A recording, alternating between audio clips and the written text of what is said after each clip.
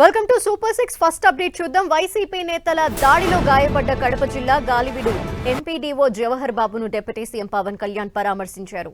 అండగా ఉంటానని వారి కుటుంబానికి ధైర్యం చెప్పారు. జవహర్ బాబు ఆరోగ్య పరిస్థితిని వైద్యుల్ని అడిగి తెలుసుకున్నారు. గాలివీడు ఎంపీడీఓపై దాడి బాధాకరమని విచారం వ్యక్తం చేశారు.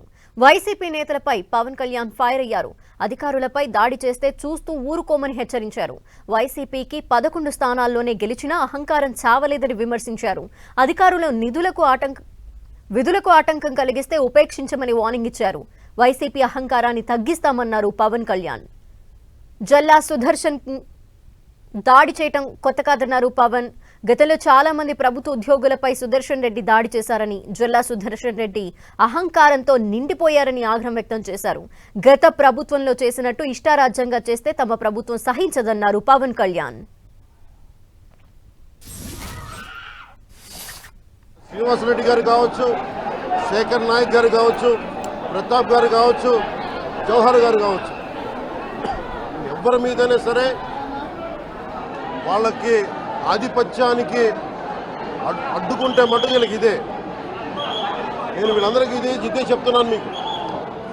ఇది గత ప్రభుత్వంలా కాదు. ఇది ఇష్టారాజ్యంగా చేస్తాం మేము కూర్చున్న వ్యక్తులం కాదు. మేము సాక్షాత్తు నేనే ఉప ముఖ్యమంత్రిగా ఉండి నేను తప్పు చేసిన శిక్ష పడాలి అని చెప్పి అసెంబ్లీలో చెప్పిన వాడిని. అలాంటిది మీరు ఇష్టారాజ్యంగా కూర్చొని అధికార విధులు నిర్వహిస్తున్న వాళ్ళ మీద దాడి చేస్తే ఏమాత్రం ఉపేక్షించాం. కులం ఎక్కువ తక్కువ లేదు. వీళ్ళకి అహంకారం నడినెత్తి మీదకి వచ్చి కొట్టుకుంటా ఉంది. అహంకారం తీస్తాం, తోలు తీసి కింద కూర్చోబెడతాం. మీకు ఒళ్ళు ఒక్కొక్కళ్ళకి మీకు ఎక్కడెక్కడ ఉన్నాయో తెలియట్లా. మీకు అహంకారాలు పెరిగిపోయినాయి. మీకు ఆధిపత్యపు అహంకారంతో అధికారుల మీద దాడి చేస్తే మిమ్మల్ని ఎలా తీసుకెళ్లాలో, ఎలాంటి శిక్ష పడాలో మీకు ఖచ్చితంగా చేసి పెడతాం. మీకు ఇష్టారాజ్యంగా చేయకండి. అహంకారంతో నడినెత్తి మీద కళ్ళు నెత్తికెక్కాయి. మీకు ఈ ప్రభుత్వం చాలా త్రికరణ శుద్ధిగా అందరం కూర్చొని మేము కలిసికట్టుగా ఉన్నాం. ఇక్కడ ఇది కూటమి ప్రభుత్వం, ఇది వైసీపీ ప్రభుత్వం కాదు. ఇది ఇష్టారాజ్యంగా మీరు చేస్తారంటే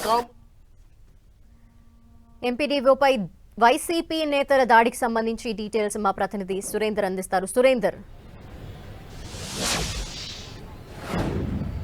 ధనలక్ష్మి, ఇవాళ AP deputy CM Pawan Kalyan Kadapa, Annamayya జిల్లాలో పర్యటించారు. నిన్న జరిగినటువంటి ఎంపీడీఓ జవహర్ బాబును రిమ్స్ లో పరామర్శించడంతో పాటు గాలివీడికి వెళ్లి ఎంపీడీఓ కార్యాలయాన్ని కూడా పరిశీలించడంతో పాటు అక్కడ ఉద్యోగస్తులతో దాడికి సంబంధించిన వివరాలు కనుక్కున్నారు. కానీ ఇక్కడ ప్రధాన అంశం ఏంటంటే ఇప్పటివరకు గతంలో ఎప్పుడూ చేయని ఒక కొత్త వ్యూహాన్ని అయితే పవన్ కళ్యాణ్ రచించారని చెప్పవచ్చు. గతంలో చాలా వరకు అధికారులపై దాడులు జరిగాయి, కానీ ఏ ఒక్కరు కూడా ప్రకటనలకే పరిమితమయ్యారు. కానీ ఈసారి పవన్ కళ్యాణ్ ఏకంగా స్వయాన తనే రంగంలోకి దిగి ఎంపీడీఓను పరామర్శించడంతో పాటు ఆ జరిగిన దాడిని తెలుసుకోవడము, అలాగే వైసీపీకి చెందినటువంటి నేతలు ఎవరైతే ఉన్నారో వారి మీద గట్టిగా కఠినమైన చర్యలు తీసుకోవాలని చెప్పి అధికారులకు ఆదేశాలు జారీ చేయడం ఇప్పుడు ఉద్యోగస్తుల్లో కొత్త నూతన ఉత్సాహాన్ని నింపబోతుందనే చెప్పవచ్చు. ఎందుకంటే అధికారులు చేస్తున్నటువంటి ప్రతి కార్యక్రమంలో ఇటు రాజకీయ నాయకులు ఎక్కడో ఒక చోట అడ్డుపడుతూనే ఉంటారు.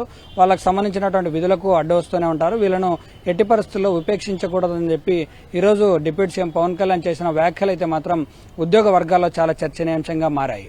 ఎందుకంటే ఉద్యోగులకు చాలా స్వేచ్ఛాయుతమైన వాతావరణంలో ఉండాలి. దాడులకు తెగబడుతూ ఉంటే దాన్ని ఎంపీడీఓపై దాడికి సంబంధించి డిప్యూటీ సీఎం పవన్ కళ్యాణ్ ఏ విధంగా రెస్పాండ్ అయ్యారో మనం చూసాము. ఆయన చాలా సీరియస్ గా రెస్పాండ్ అయ్యారు. మరి ఈ నేపథ్యంలో పోలీసులు ఈ దాడి నేపథ్యంలో ఎవరినైనా అదుపులోకి తీసుకోవడం, యాక్షన్ తీసుకోవడం జరిగిందా? అంటే దాడి జరిగినటువంటి సమయంలో దాదాపు గంట వ్యవధిలోనే ఎంపీడీఓపై దాడి చేసినటువంటి సుదర్శన్ రెడ్డి అనే వ్యక్తిని అరెస్టు చేశారు. ఆయనతో పాటు మరో ఇద్దరిని ఇప్పుడు అరెస్టు చేసినట్లుగా సమాచారం తెలుస్తోంది. ఎస్పీ పవన్ కళ్యాణ్ వచ్చినటువంటి సందర్భంలో చాలా కీలకంగా వ్యవహరించారు. వెంటనే వాళ్ళని పట్టుకోవాలని చెప్పినటువంటి సందర్భంలో మరో ఇద్దరిని కూడా ఇప్పుడే అరెస్టు చేసినట్టుగా సమాచారం తెలుస్తోంది.